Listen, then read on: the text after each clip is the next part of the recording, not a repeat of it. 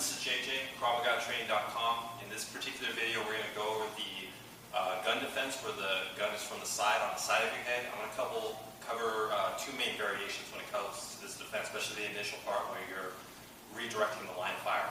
So first scenario, when I demonstrated it in the beginning of this video, is when there's space. To me, I do not classify this as gun from the side, and this is the reason why. If there's space and somebody points a gun at me, I'm naturally going to turn and look at it. If I'm turned forward and looking at it, I treat this more like gun from the front. So I'm going to move my head to the side, grab, and go from there. So you know the drill. So if there's space, you would naturally turn and look at it. Oh shit, what is that? Your Krav Maga is supposed to be based off your natural instincts. Well, trust me, somebody points a gun at me, well, ah, shit, I'm going to stare at it and get tunnel vision.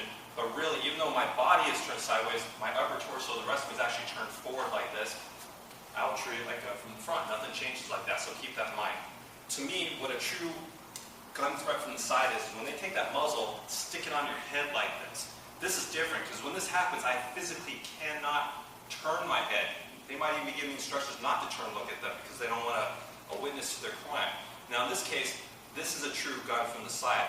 One of the beauties of this particular scenario is that when they press it in tight to your head, when you do the defense and move your head backwards, the gun is going to move in front of you and you're going to be able to see the weapon and grab it. Most people, when they train, they tend to train unrealistically in that they'll have their partner put the muzzle on the head but put no pressure. When people drill this, they tend to have a problem, especially for beginners, when they're first learning this technique of missing the gun. They might be like this and kind of mess it up like this, all right? But ironically, if you have the person threaten you in a more realistic fashion, so go ahead, JJ, press it in tight. When I move my head back, see how the gun moves in front of me. When that happens, I visually can see it. So I can't see it right now, but when he presses in, now it's easier to catch, because at that last split second, I'll be able to see it, adjust my hand accordingly, and then after that, I'll get to work. So that's what I would actually practice initially. It makes the threat more realistic. It actually makes the defense a lot easier. So one more time, if he presses in tight on me, if I move my head back, it's right there. It's right in front of me. It'll fall forward, makes the defense easier. It's like a lot of defenses. Ironically, if the attack is more realistic and we train from that position of disadvantage, the defenses tend to work better. And that's the beauty of a lot of Krav Maga techniques.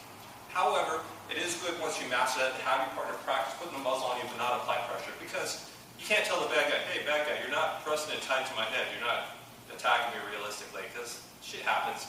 You can't tell the bad guy they're attacking you raw.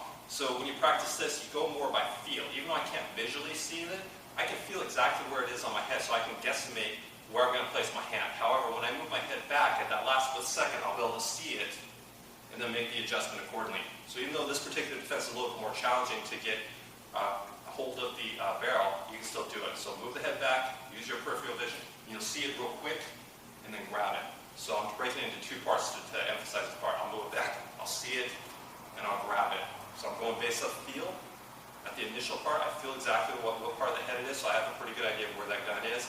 And then when I pull my head back, I'll see it the last split second, and then operate from there.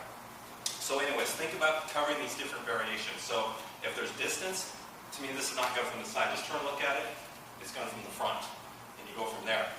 Press it in real tight. I like to train this more realistic, and it's actually easier to get a hold of the gun because it'll fly right in front of your face. Then once you master that, then you have your partner not apply pressure. This one I think is a little bit more challenging, but you can still make that one work as well. So practicing these different ranges. You should be doing that anyways. It's more realistic. You never have your partner attack you the exact same way. It doesn't matter if it's gun threats, chokes, headlocks. Always have your partner tweak it a little bit. You know, the gun's a little like this. It's turned like this. Maybe he's holding a gangster style. You know, whatever. You need to mix it up. That's how you're going to keep yourself challenged. Makes the drills a little more live and more realistic, and it's going to keep you on your toes. So anyways, if you're not training this way with your gun threats from the sides of the head already, you should be doing this. It's going to make you much better at defending this particular scenario. All right, hope all that makes sense. Thank you for watching.